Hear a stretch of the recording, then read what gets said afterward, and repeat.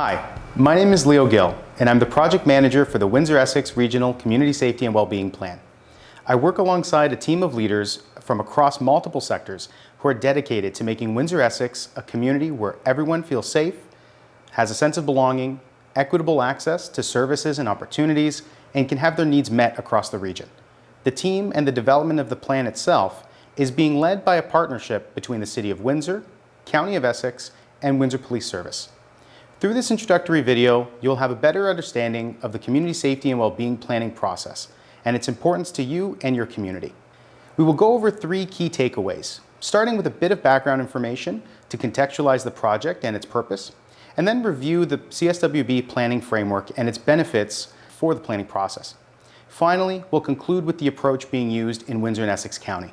In the early 2000s, across the province, new approaches in policing that focused on community mobilization and crime prevention were starting to be emphasized and developed.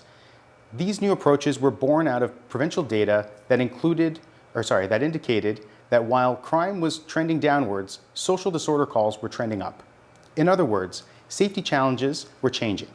Police and first responders were now responding to calls that involved symptoms of larger complex social issues like homelessness, mental wellness, substance use, and even poverty.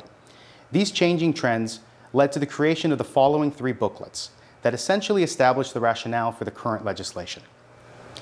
The first booklet detailed the crime trends in Ontario and presented the case for communities to engage in upstream activities or crime prevention and social development approaches that focus on things like strengthening communities, reducing opportunities for crime, and early intervention. This booklet also emphasized the importance and impact of risk factors and protective factors. The second booklet consisted of the results of consultations from across multiple sectors and across the province.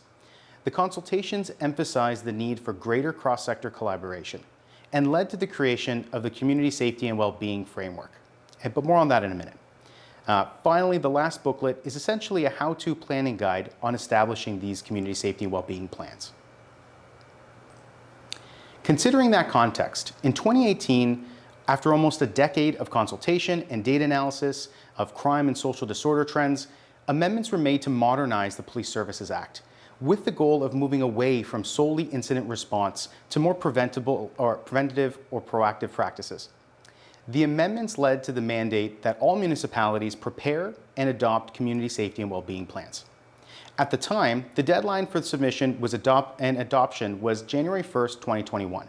However, due to the pandemic, legislation was passed to extend the submission deadline. As of today, November 5th, 2020, a new deadline has yet to be established. As for the requirements of the plan, some key highlights include the need to establish a multi-sectoral advisory committee of at least 7 sectors, from health and mental health to education and community and social services. In our context, we have 9 sectors at the table, including business and public safety, which is comprised of fire, EMS, and police services. Conducting public consultations with various groups is also another essential item. Overall, the plan must identify priority risk factors, identify strategies to reduce said risk factors, and have outcome indicators to measure the success of established strategies. Since needs differ across the province, flexibility was given in the legislation as to how municipalities and regions should go about developing these plans. Some are establishing priorities for their entire region, others solely for individual municipalities, while others still are doing hybrid approaches by working together regionally to identify both local and overarching priorities.